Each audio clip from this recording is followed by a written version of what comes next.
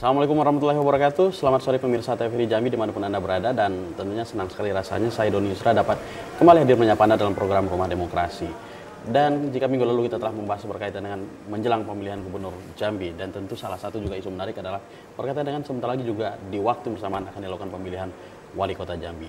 Sekelumit masalah dan tentu juga peluang-peluang dan tentunya seperti apa secara politik dan pemerintahan memandang ini akan kita kupas bersama dalam program Rumah Demokrasi hari ini. Dan untuk membahas hal tersebut kami telah mengundang narasumber yang nanti akan berdialog dan juga berdiskusi bersama kita.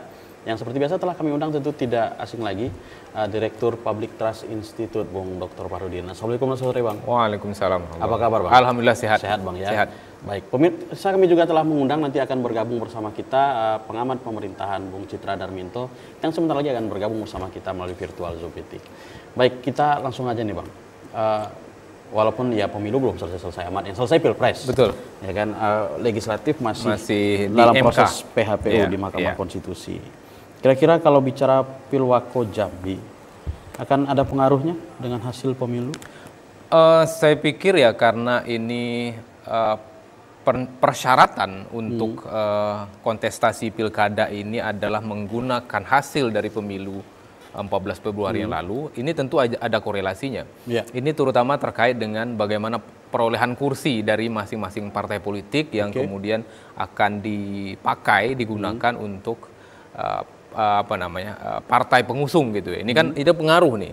Meskipun sebetulnya tidak banyak pengaruhnya karena yang disengketakan katakanlah begitu di MK ini adalah suara-suara yang katakanlah relatif kecil sebetulnya. Tetapi overall ya secara umum kita sudah mengetahui perolehan kursi dari masing-masing partai yang akan dipakai nanti digunakan untuk pencalonan di pilkada gitu. Nah, yang kedua Bang, kalau bicara itu, ini kan juga kita belum tahu. Pasca pilpres ini kita tidak tahu kondisi koalisi seperti apa ini. Nah, berpengaruh tidak? Koalisi pusat ke daerah berpengaruh? Saya pikir iya, ya akan sangat berpengaruh karena gini, kita bayangkan bahwa nanti kepala daerah yang terpilih itu kan adalah bagian dari pemerintah pusat, dari pemerintahan Indonesia secara umum. Artinya apa? Mereka juga berkepentingan sebetulnya ada nggak koneksi, link gitu ya, atau hubungan relasi dengan pemerintah pusat. Katakanlah dengan kementerian yang tentu banyak diisi nanti oleh para menteri yang itu wakil partai politik. Ya, tentu saja mereka akan sangat mudah mengakses ya pemerintah pusat melalui kementerian kalau ternyata mereka memiliki satu gerbong yang sama dalam koalisi di Pilpres. Katakanlah partai A, dulu dia berkoalisi dengan partai ini gitu. Itu akan lebih mudah. Ya, akan lebih mudah. Tapi peluang itu ada menurut Anda? Tentu saja banyak sekali peluangnya karena kita lihat misalnya dalam konteks Jambi ya di koalisi 01 kemudian ada beberapa partai, kemudian koalisi 02 dan 03 ini nanti kan akan mengemuka dan itu akan sangat menguat gitu ya. Sangat ada hubungannya nanti dengan koalisi dan di pilkada gitu ya. Nah, apakah kemudian kalau kita kaitkan ke sana sebenarnya representasi presiden terpilih akan mempengaruhi keterpilihan wali kota juga? Yang pertama yang harus diingat bahwa dalam konteks pemilihan, baik itu pemilu maupun pilkada, faktor figur itu sangat menentukan. Ya, artinya figur-figur yang ditampilkan, katakanlah nanti apalagi kemudian masuk dalam tim kampanye gitu ya, itu akan menarik, menjadi magnet sebetulnya, menjadi menarik perhatian masyarakat untuk memilih. Oh iya, calon ini itu didukung oleh presiden loh kira-kira. Dan secara sosialisasi akan lebih mudah ya dibanding yang tidak gitu. Misalnya katakanlah calon wali kota A atau calon gubernur A. Oh ternyata dia satu koalisi dengan Pak Presiden misalnya nanti Prabowo gitu misalnya. Akan mudah ini. Presidennya Prabowo, gubernurnya itu. Jadi lebih pada sosialisasi, itu yang pertama. Yang kedua tadi saya maksudkan di awal bahwa mereka akan secara marketing itu akan mudah nanti menyampaikan kepada publik bahwa kalau nanti terpilih saya akan dengan mudah gitu ya mengakses dana-dana pusat, kemudian bantuan-bantuan dari pusat melalui kementerian karena kami punya hubungan yang sudah cakep baik dengan Pak Presiden, dengan Menteri dan lain sebagainya. Itu lebih di situ sebetulnya ya. Dari tadi soal figur, yang kedua soal nanti bagaimana pasca terpilih kemudian menyusun akses untuk mendapatkan dana pembiayaan pemerintah daerah ya dalam menjalankan fungsi-fungsinya. Saya pikir itu yang sangat krusial ketika kita bicara bagaimana hubungan antara koalisi di pilpres dengan pilkada. Nah, ada yang menarik juga, Bang. Kalau kita berkaca tapi pilkada sebelum pilkada serentak ya. Banyak, semata kan banyak artinya dominan. Gitu. Ada besar sekali pengaruh.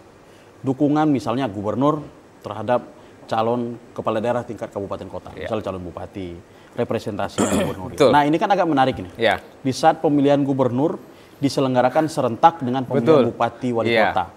Nah, apakah kemudian representasi calon-calon gubernur ini juga akan mempengaruhi keterpilihan? Betul. Jadi sama tadi kalau di level nasional kita bicara tentang presiden gitu ya. Di level daerah juga hal yang sama. Jadi ketika para pemilih gubernur, katakanlah fan-nya atau yang meminat gitu ya, akan memilih gubernur juga akan melihat nanti, siapa kira-kira representasi Pak Gubernur yang seirama, yang segerbong gitu ya dengan Pak Gubernur di level bupati, wali kota. Tentu akan ada pilihan-pilihan ke situ dan itu selalu ikut gitu ya. Jadi tadi level nasional, level provinsi dan level kabupaten kota. Ya, ini akan mempengaruhi. Misalnya kebetulan Pak Gubernur yang akan juga berkontestasi ini bereputasi atau tingkat elektabilitasnya tinggi, artinya disukai oleh masyarakat, maka ini juga akan menarik perhatian, menarik pilihan kepada calon-calon bupati dan wali kota yang terkoneksi dengan gubernur gitu. Nah, apakah artinya Anda ingin mengatakan bukan ideal lah ya? Menguntungkan jika sebenarnya koalisi di pemilihan gubernur juga berkorelasi sama dengan koalisi di tingkat kabupaten kota?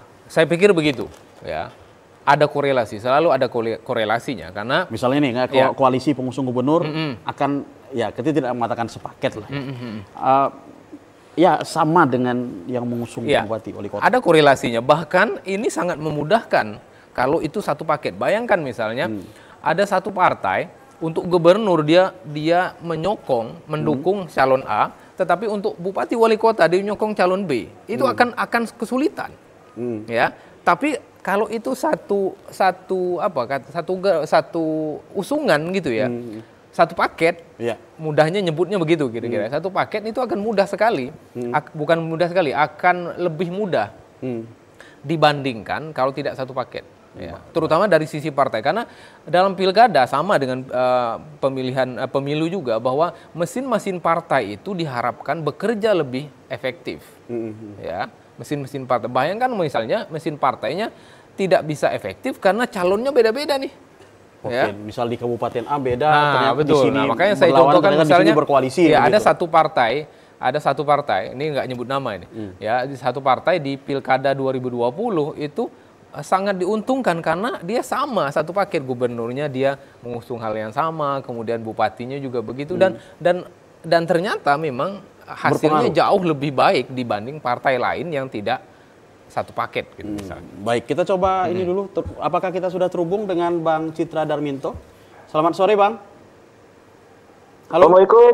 Waalaikumsalam. Apa kabar, Bang? Alhamdulillah, selamat sore, Bung. Suara kami terdengar dengan jelas, Bang ya? Kacamatanya khas ini. Baik, Bang, izin Bang. Ada yang sedikit menarik pilkada kita kali ini ya. Kalau dulu biasanya ada istilah petahana.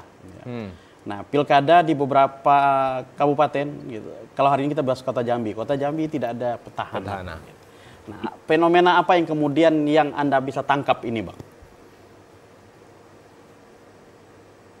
Ya, terima kasih, Bung Doni. Selamat sore, selamat siang menjelang sore juga nih. Pak Rudi juga, terima kasih di Jambi. Saya mohon izin ini kebetulan dalam perjalanan. Ya, memang luar biasa ya. Pemilu khususnya pilpres ini euforia menjelang pilkada ini luar biasa. Ya, berita-berita semuanya itu menyambut pilkada ini, mulai dari tingkat kabupaten, kota pun, bahkan untuk provinsi pun juga luar biasa. Nah, memang yang menarik kalau kita bicara untuk tingkat kabupaten kota ini kan, yang mana hampir merata masa jabatan khususnya kita katakanlah incumbent itu sudah antara tepat, Timur dan beberapa daerah, termasuk Kerinci, bahkan cepat pagi, termasuk Kota Jambi. Nah, Kota Jambi ini ya kalau saya katakan Pak Maulana itu bisa saya katakan setengah incumbent, ya kan, walaupun beliau masih.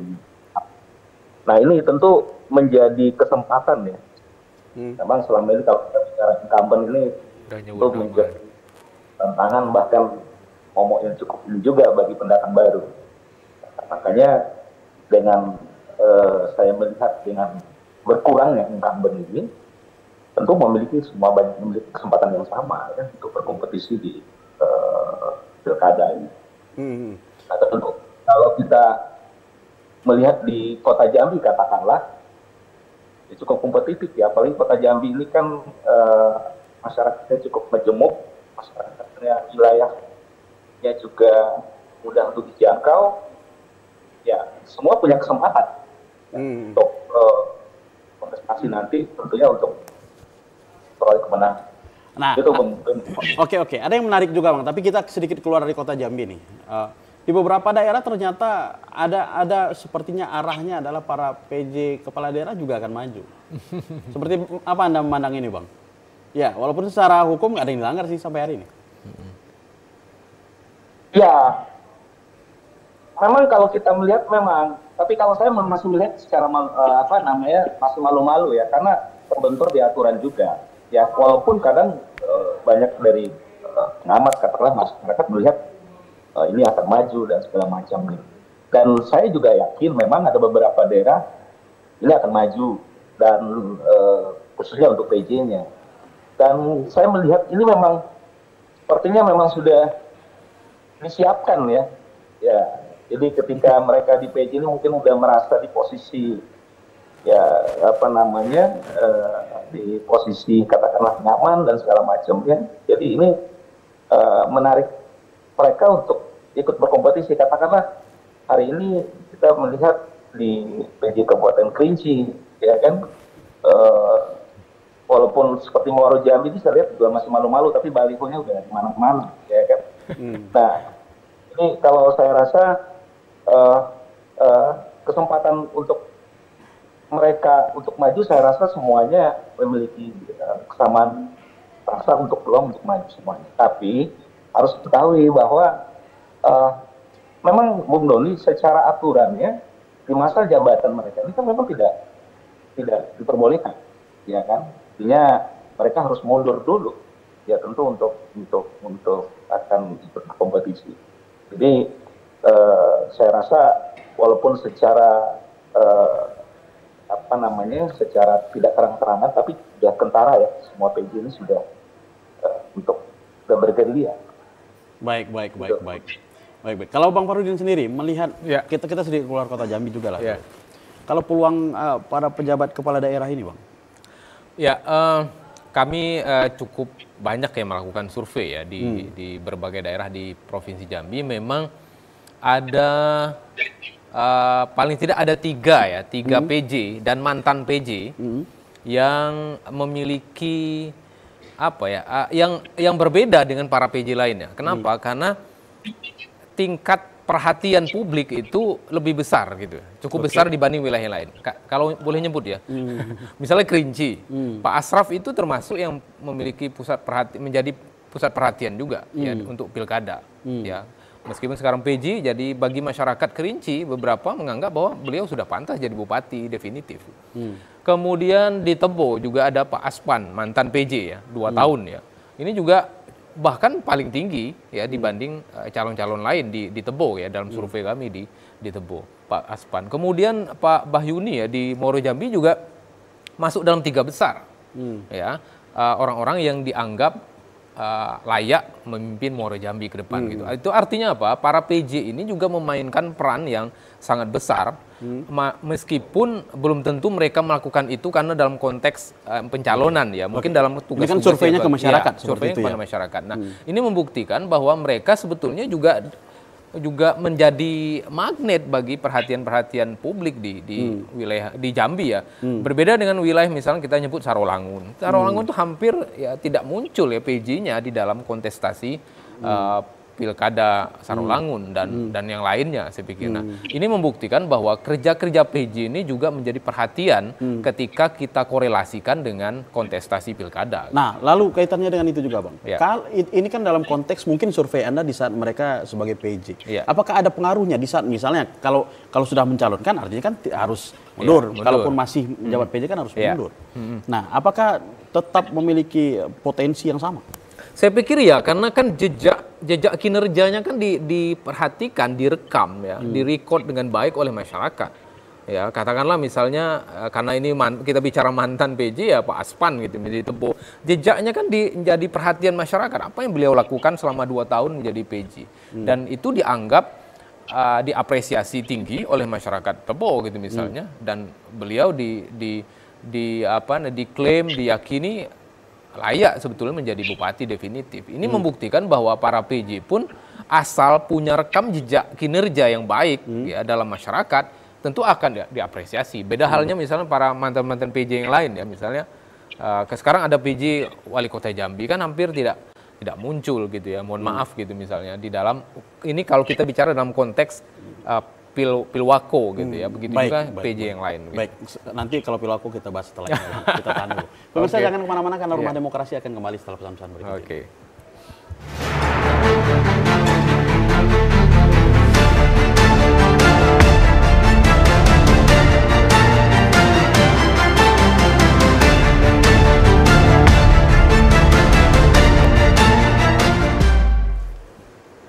Baik, terima kasih pemirsa masih bersama kami dalam program Rumah Demokrasi dan kita masih membahas sekelumit tentang menjelang Pilwako Jambi. Saya ke Bang Citra lagi nih, Bang. Tahun pemilu ya, tahun pemilu, pilpres, legislatif berjalan, pilkada juga akan di depan mata. Bagaimana dengan penyelenggaraan pemerintahan, Bang? Masih fokus nggak kepala daerah kita hari ini ataupun ya bisa kita katakan elit-elit kita ini dalam penyelenggaraan pemerintahan, Bang? Ini tahun pemilu penuh ini. Halo Bang Citra, masih terhubung? Halo, ya? Ya. Bung Doni? Oke. Masih terdengar suara saya itu? Masih, Mas. Silakan.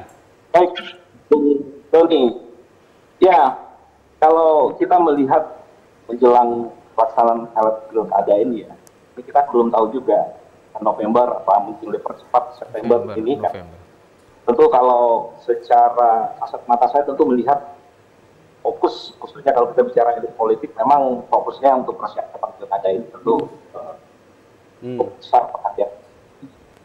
Termasuk juga bagi kepala daerah yang akan maju ke Bali.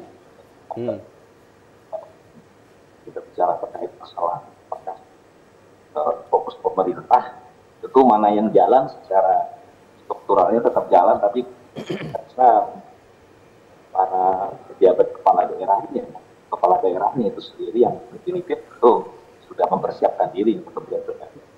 Kalau ditanya fokus atau tidak, ya fokus dan setengah, ya fokus setengah tidak itu bukan. Nah kalau untuk masalah, ada juga yang perlu dipertanyakan Bang sebenarnya. Kalau kita berkaca di pemilu yang lalu, gitu kan. Kalau untuk pemilihan kepala daerah hari ini, terutama di Kota Jambi, isu apa yang kira-kira paling menjual, Bang? Yang kira-kira akan kemudian menarik perhatian masyarakat pemilih seperti itu? Ya, apa yang kita rasakan, apa yang dirasakan masyarakat Kota Jambi hari ini salah satu apa yang terjadi, banjir. Persoalan drainase di Kota Jambi ini kan persoalan momok sudah cukup lama juga ya, sampai detik ini belum teratasi ya kan. Nah ini juga sangat dan harus ingat memang kalau saya melihat ya untuk Kota Jambi ini dengan sebagai sentral ekonomi provinsi Jambi dan sebagai masyarakatnya yang saya rasa pemilihnya cukup rasional juga. Tentu ini kan momen ya, bagi calon daerah ya untuk menempatkan isu-isu strategis khususnya terkait masalah pelayanan publik ya, katakanlah tentang terkait masalah pengentasan kemiskinan misalkan hari ini kalau Kompolnas berapa persen nih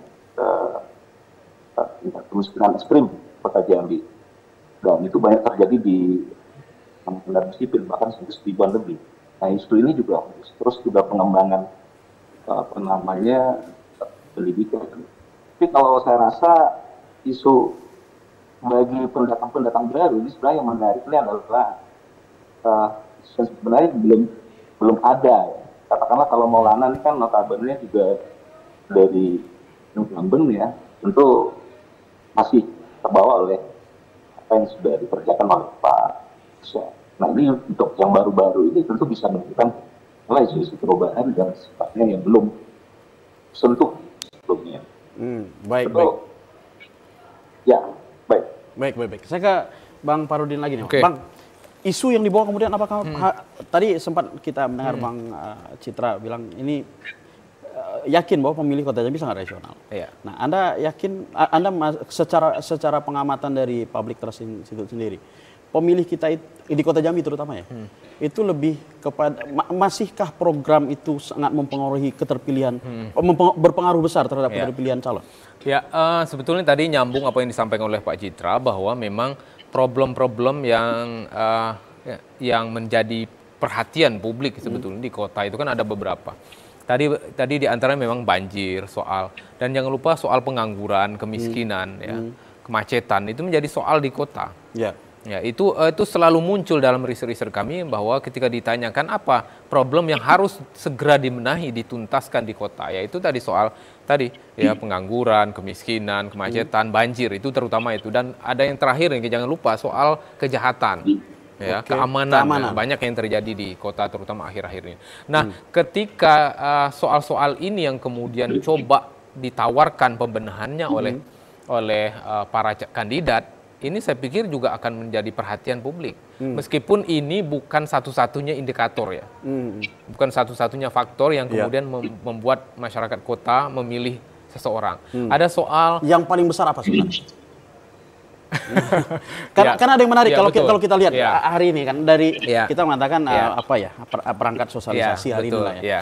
Sepertinya pengaruh framing pilpres sangat berpengaruh. Kita sebutlah hari ini sedikit ke Gen Z, kemudian dengan animasi tertentu mungkin Anda membaca itu. Ya, secara umum sebetulnya perhatian pemilih kepada kandidat ini kan dipengaruhi beberapa faktor sebetulnya. Soal figur ini nanti menyangkut bagaimana rekam jejak. Apa yang beliau lakukan sebetulnya sebelum mencalonkan. Baik itu pernah menjabat sebelumnya atau dari yang lain gitu. Ini jadi perhatian masyarakat ketika memilih.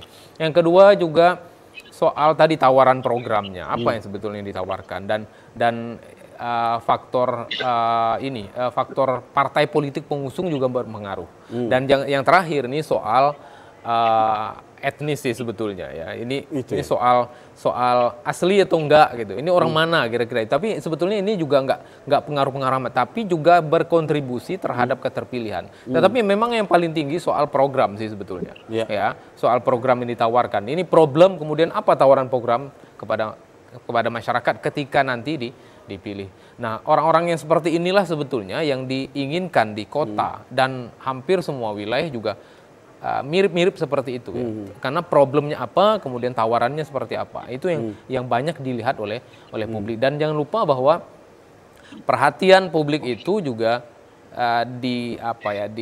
diketahui itu juga melalui tadi sosialisasi yang masif, yang inovatif kepada masyarakat. Nah, dialog beberapa waktu lalu nih, pengamat dari Idea Institute, Pak Dr. Jafar Ahmad, itu sempat menyinggung berkaitan dengan dukungan kesukuan. Gitu. Untuk Kota Jambi yang sangat majemuk lah kita mengatakan seperti itu, berpengaruh nggak, Pak?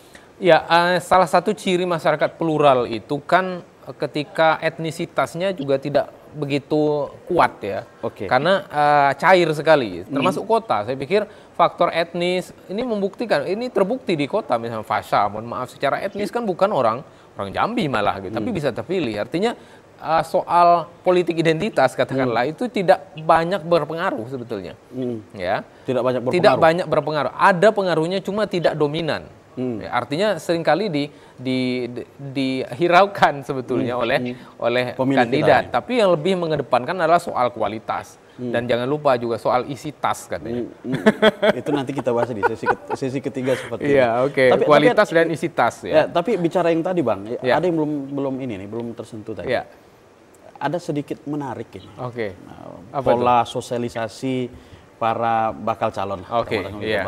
Para bakal calon ini sepertinya ada efek dari Pilpres. Misalnya nih. Oh iya, betul. Iya. Baliho Iya, hari AI ini. pakai AI ya. Sebenarnya berpengaruh juga nggak sih, Bang? Sebetulnya gini. Atau euforia aja? Berpengaruh, enggak, itu tentu ada kajiannya ya, enggak asal ikut-ikutan gitu ya. Karena gini, pemilih kita ini kan katakanlah milenial mayoritas ya, Gen Z apalagi ya, itu kan terhubung langsung, terkoneksi dengan media, internet ya, sehingga yang sasar itu dan ini terbukti sebetulnya di Pilpres yang menyasar itu dan dianggap representatif anak-anak muda. Unggul justru gitu. Ini sebetulnya sudah dilakukan riset. Apa sebetulnya yang diinginkan oleh masyarakat? Oh ternyata pemilih milenial itu harus dekat dengan mereka. Ya diantaranya tadi melalui karikatur atau katakanlah. Ya, kita katakan seperti itulah yang kira-kira paling begitu. jamaah. Sebetulnya ini akan berbeda, tapi jangan lupa bahwa itu tidak bisa dipukul rata. Artinya harus ada segmentasi. Segmen anak-anak muda inilah yang ditampilkan. Kalau semua membranding seperti itu gimana? Nggak bisa. Jadi kita perlu ada yang namanya segmentasi. Ini segmen kita kemana? Anak muda kah? Berarti materinya ini. Para emak-emak ini materinya. Jadi nggak bisa dipukul rata. Dan itu sebetulnya sudah dikaji secara mendalam oleh para kandidat. Gitu. Baik. Saya coba ke Bang Citra. Ya. Bang, kalau melihat pemilih generasi muda kita, Bang, apakah kemudian branding kedekatan dengan generasi muda juga akan mempengaruhi, Bang? Terutama di kota Jambi, Bang? Ya, baik. Terima kasih. Ya, kalau kita merujuk terkait masalah, ya, saya merujuk ke apa yang sudah pernah dilakukan tentang Pak Chandra, dulu cukup sedikit. Ini suara dia. Jadi kalau saya melihat di waktu ini sama apa yang nanti dilakukan oleh para kandidat ini merasa bekerja ini cukup pengaruh ya. Elektabilitas khususnya kalau dengan beberapa program pekerjaan ini kan mereka lebih banyak kegiatan sosialnya ya. Jadi tawaran ini saya rasa cukup menarik ya, khususnya kalau bagi calon-calon yang muda ini, kalau bisa diskusi untuk generasi muda bisa bisa dilaksanakan. Begitu. Baik. Sekarang Bang Parudin lagi nih Bang. Bang, tadi sempat dibahas sedikit sih, disinggung mengenai isi tas. Nah ini perlu diklarifikasi nih. Apa maknanya ini? Maksudnya apa ini? Ya, jadi soal kualitas dan isi tas itu kan sebetulnya penyederhanaan kita bahwa soal pemimpin atau dalam konteks ini kontestasi pilkada itu nggak hanya soal kualitas, artinya dari dirinya, kemampuan dia, tapi juga soal isi tas. Karena coba kita bayangkan misalnya untuk bersosialisasi itu butuh dana yang sangat besar. Ini yang perlu diklarifikasi, Bang. Ya. Untuk sosialisasi misalnya jadi gitu ya. Kos politiknya yang saya maksudnya bukan money politik ya. Kita nggak bahas money politik ya. Jadi kita kos politik itu isi tas. Ya, bayangkan misalnya ini banyak nih elit kita yang ke Jakarta itu ongkos tiket pesawat kan siapa yang biaya? Pasti biaya di sini sendiri kan. Kemudian sosialisasi yang masif dengan segala media itu butuh dana besar. Besarnya kos politik apakah berkorelasi dengan angka keterpilihan? Tidak selalu, tapi bisa menjadi faktor, ya. Tapi bukan yang utama. Karena kenapa bisa dikatakan begitu? Karena ada calon yang juga sebetulnya tidak banyak-banyak amat, tidak di dalam kategori yang isi tasnya paling besar, tapi bisa terpilih. Ya.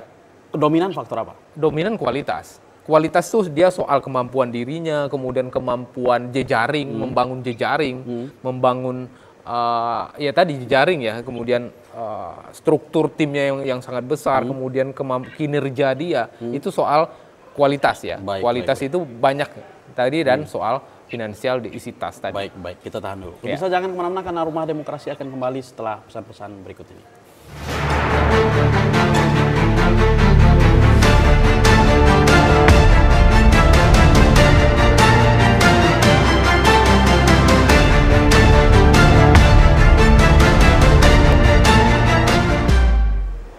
Baik, terima kasih pemirsa, masih bersama kami dalam program Rumah Demokrasi dan kita masuk pada sesi ketiga kita dan kita akan minta nih, ada tanggapan dari teman-teman mahasiswa ini hadir bersama kita dari mahasiswa Universitas Nurdin Hamzah. Silakan.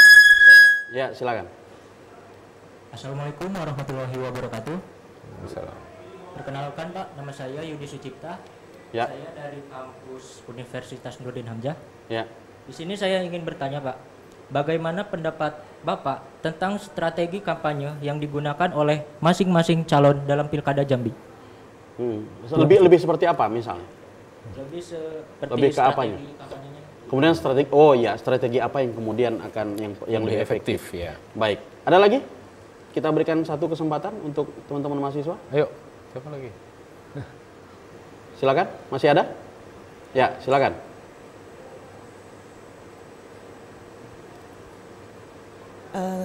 Assalamualaikum warahmatullahi wabarakatuh. Waalaikumsalam. Perkenalkan, nama saya Mutia Masita Dewi, saya dari Universitas Nurdin Hamzah. Izin bertanya Pak, menurut Bapak apa saja tantangan terbesar yang dihadapi oleh calon gubernur dan wakil gubernur dalam Pilkada Jambi dan bagaimana mereka berencana mengatasi tantangan tersebut? Terima kasih. Oke, tantangan yang satu bicara strategi, yang kedua tantangan. Gimana Bang? Oh ya, langsung ya. Langsung aja nih. Oke, tadi soal strategi ya. Jadi ketika kita bicara strategi, maka yang harus dipahami dulu, yang harus dipetakan dulu adalah soal problem. Oke. Ya, soal problem. Jadi problemnya apa di wilayah itu, maka kemudian memunculkan strategi.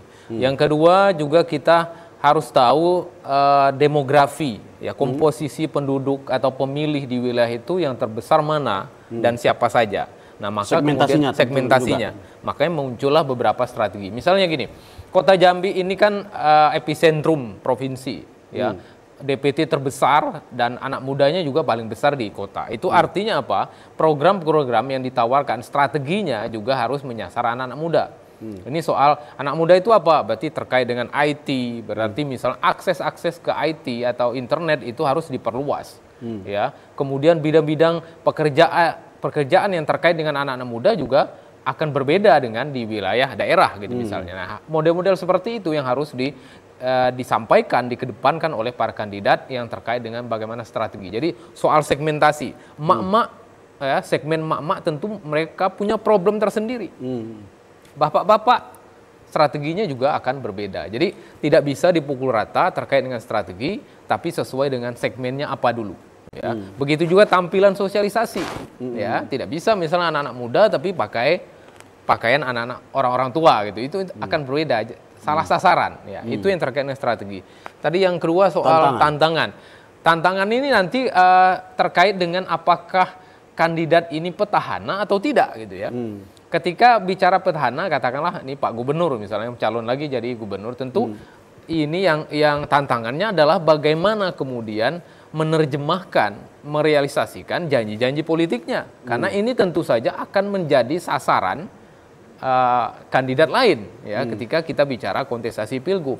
Berarti kalau dia petahana, maka strateginya adalah atau tantangannya adalah bagaimana kemudian program-program dia selama 3 atau 4 tahun belakangan ini dirasakan manfaatnya terrealisasi dengan baik, baru kemudian ini menjadi tantangannya. Sementara bagi yang tidak petahana atau pendatang baru, ya tinggal melihat bagaimana sih sebetulnya kinerja petahana ini gitu ya. Kemudian ada celah-celah kekurangan-kekurangan, kemudian dia munculkan inovasi atau tawaran solusi bagi masalah yang belum terpecahkan oleh kandidat petahana. Nah, itu diantara tantangan-tantangan yang harus dihadapi oleh para kandidat ya.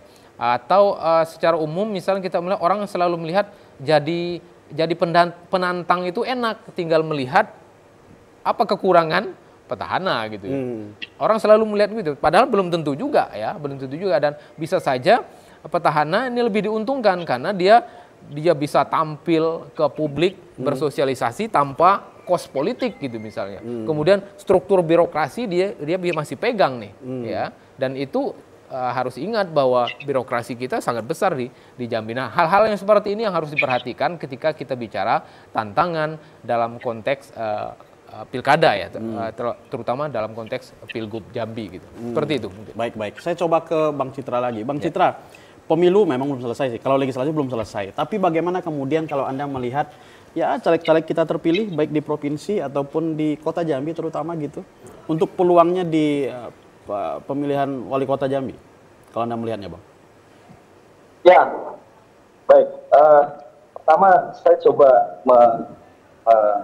mereview sedikit ya Mas seperti dari bahkan dari Pak Farudin yang sebutin gitu kan sepertinya yang Mas coba menempatkan Jambi khusus itu demokrasi itu politik transnasional itu penting. Dan ya, ada beberapa deh. Jadi memang satu sisi semalakama ya, sisi pemiliknya ya rasional ya, apalagi pusat sentral Pak ilmu pendapat. Tapi katakannya bahkan saya juga bisa merasakan sendiri di Kota Jambi kemarin. Ya luar biasa ya untuk uangnya. Nah, tentu selain kita bicara strategi tadi yang sudah disampaikan Pak. Ya. Tentu bagi calon anggota DPR sendiri mungkin ya maju kembali, tentu mereka akan berpikir dua kali ya. Pos tentu yang disampaikan Pak Farud juga biaya politik saya lihat luar biasa. Walaupun saya tidak berhadapan langsung dengan politiknya, tapi saya sudah sempat beberapa berbicara dengan para kandidat bahkan yang akan rencana untuk bahkan di kalangan DPR juga sendiri saya sudah luar biasa, ya kan?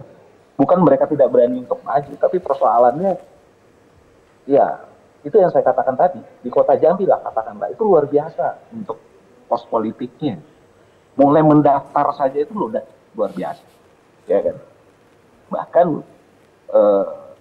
apalagi untuk operasionalnya nanti, ya kan? Jadi bagi calon-calon ya, kalau baik yang kalah ya, di pileg kemarin, tentu mereka punya pertimbangan sendiri untuk akan maju kembali di Pilwako. Begitu. Baik. Mencermati itu, Bang Farudin. Gimana peluang kemudian ya? Mungkin pertanyaan mendasar sih. Apakah saya lebih senang menggunakan istilah representasi. Apakah kemudian hasil pemilihan legislatif terhadap seseorang itu juga punya korelasi juga dengan keterpilihan dalam pemilihan kepala daerah? Ya, sebetulnya ada yang berbeda ya. Jadi ketika dia mencalonkan sebagai anggota legislatif, misalnya ini sudah di legislatif 4 periode, 5 periode gitu. Apakah tidak ada jaminan, tidak ada korelasi secara langsung. Artinya gini, ketika pemilih itu memilih dia, konteksnya kan berbeda. Di pileg kemarin mungkin dia dengan suara yang besar, ya bisa terpilih, tapi konteksnya adalah legislatif. Itu akan berbeda ketika kita bicara pilkada. Tetapi, nah ini tetapinya. Tetapi bahwa ini bisa menjadi cerminan, minimal memotivasi, menambah optimisme dia untuk bisa maju bahwa oh iya, saya ini dikenal publik loh, dipilih loh. Meskipun tidak ada jaminan dia bisa mencapai suara yang sama, bahkan melebihinya. Tapi tidak sudah ada gambaran. Sudah ada gambaran, memotivasi, cerminan bahwa dia punya bahan nih, tinggal bagaimana mengelolanya menjadi lebih baik dalam konteks pilkada. Itu yang harus dilakukan. Jadi tidak ada jaminan bahwa di pileg dia suara besar, kemudian di pilkada dia akan besar, tidak ada jaminan karena konteksnya berbeda. Ya. Kalau bicara wakil sendiri, Bang, apakah kemudian posisi wakil juga menentukan?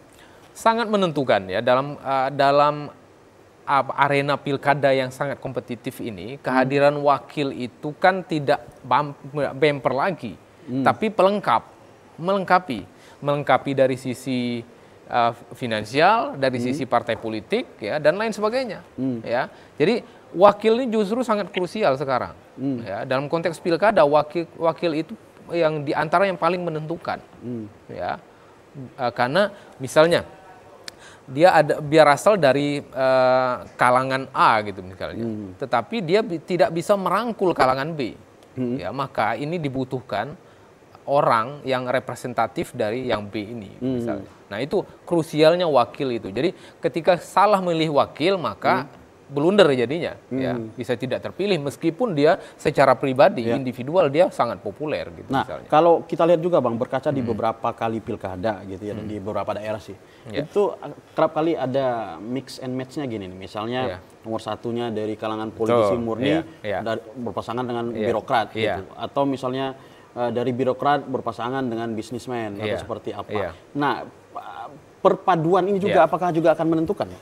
Iya, sangat menentukan karena itu kan sebetulnya kalau dalam kita di survei itu ada simulasi namanya. Jadi kita simulasikan bahwa ketika si A berpasangan dengan B, itu berapa persen keterpilihannya dibanding dengan simulasi yang lain. Kemudian kita juga akan bertanya kenapa pasangan yang pertama ini dipilih. Oh, kemudian dia representatif dari kelompok tertentu, etnis tertentu gitu. Atau berasal dari entitas apa ya.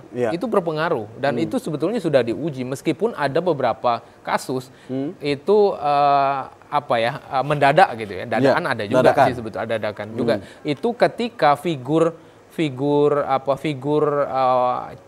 gubernur atau bupatinya juga sangat kuat gitu ya, nggak ada masalah.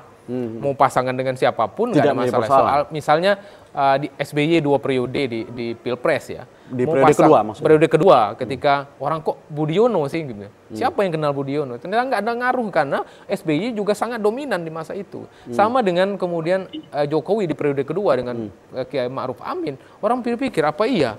Karena figur Jokowi sudah sangat kuat gitu. Kecuali dengan catatan yang seperti tadi yang Anda katakan tadi. Ya, jadi ketika figur yang pertama itu sudah sangat kuat, artinya dia mau dengan siapapun bisa menang gitu misalnya. Nah, kalau udah gitu, apakah artinya juga independen juga punya peluang?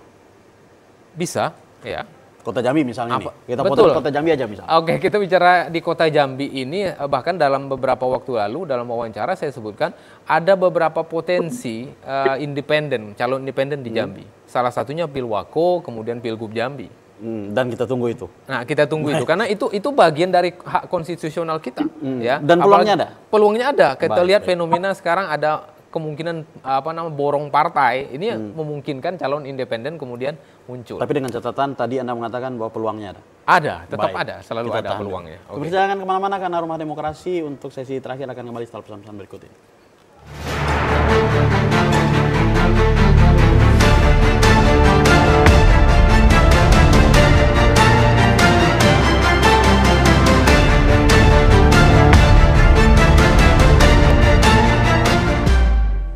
Baik, terima kasih pemirsa masih bersama kami dalam program Rumah Demokrasi dan kita telah masuk di akhir acara kita hari ini. Silakan Bang Parudin untuk menutup acara ini apa?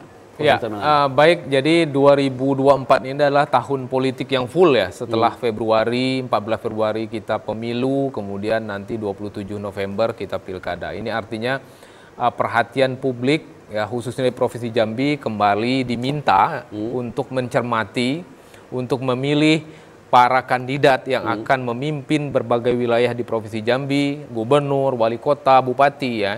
Ini tentu kita harapkan pemilih ya masyarakat Provinsi Jambi betul-betul mencermati siapa yang akan memimpin mereka. Karena misalnya khusus Kota Jambi menjadi barometer ya Provinsi Jambi, pusat perhatian kita bahkan juga menjadi cerminan bagaimana Provinsi Jambi. Ini artinya kita membutuhkan sosok pemimpin yang mampu menghadirkan Kota Jambi khususnya dan masyarakat Provinsi Jambi yang lebih baik ke depannya, dan itu akan terwujud ketika kita memilih pemimpin berdasarkan kualitas yang baik. Baik, terima kasih atas kehadirannya Bang Parudin dan juga Bang Citra Darminto dalam Dialog Rumah Demokrasi hari ini. Pemirsa, demikian tadi dialog singkat kita berkaitan dengan menjelang Pilwako Jambi 2024. Dan tentunya kita akan jumpa lagi dalam program Rumah Demokrasi minggu depan. Assalamualaikum warahmatullahi wabarakatuh. Waalaikumsalam.